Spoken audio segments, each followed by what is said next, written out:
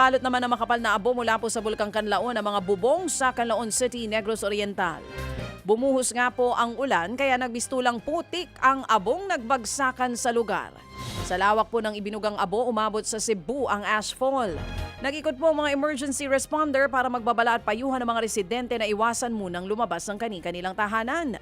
Ang mga eskwelahan nagsuspindi po ng klase.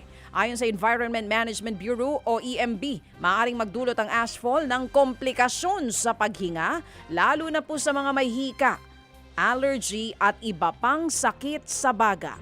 Ang sabi din po sa ating kanina ni Direktor Teresito Bacolcol ng FIVOX, mga kapatid, ingat po ha, doble ingat dahil yung ashfall, samahan mo daw po yan ng malakas na ulan, lalo't nandito si Inday, ay may possibility po ng lahar.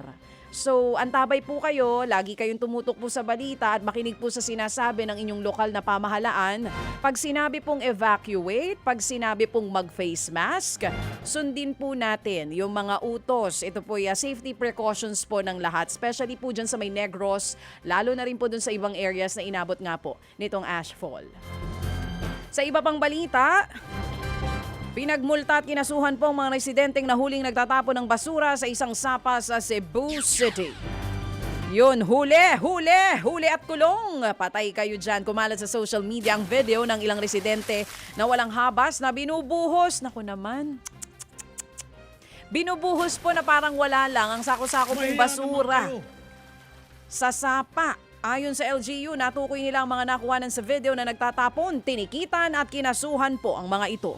Sa ordinansa ng lungsod, nasa 1 hanggang 5,000 piso ang multa para rito. Alam nyo, maliit pa yan. Maliit pa yan, dapat i-amento at lakihan. At dapat may kulong kahit papano, kahit 1 linggo para magtanda po. Ay nako. Sa iba pang balita, mga kapatid, arestado po ang lalaking ng molestya ng isang babae. Diyan naman po yan sa Angeles City sa Pampanga. June 27 ang mangyari po ang krimen. Nadatnan pa ng concerned citizens ang babaeng nakahubad, umiiyak at nakagapos ang kamay. Bukod sa pangmumolestya, tinangay din ng suspect ang cellphone at 13,000 pesos cash ng biktima. Kwento ng biktima, nasa parking area ng isang hotel ang kanyang sasakyan.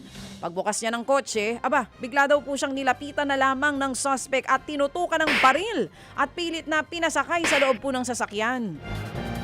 Minaneho raw ng suspect ang kanyang sasakyan papunta sa kalapit na kalsada. Ipinarada ito at doon po siya minolestya. Katakot naman yung gano'n, no? Pero mo, naglalakad ka lang, may nakapark na kotse, tas ito gagawin sa'yo? Nangyayari, na-rescue lang daw ang biktima nang umalis po sandali ang suspect para kunin daw ang naiwan nitong cellphone. Maharap po sa patong-patong na reklamo ang suspect. Mga kapatid, patuloy po kayong tumutok sa 105.9 True FM para sa totoong balita, impormasyon, music and entertainment. Mag-subscribe sa aming YouTube channel at podcast at sundan nyo kami sa Facebook, Instagram, X at TikTok sa True Network PH. Bisitahin din po ang aming official website, truefm.ph. At panoorin din kami sa True TV Signal, Channel 19. Kami po ang 105.9 True FM. Laging true sa'yo, kapatid.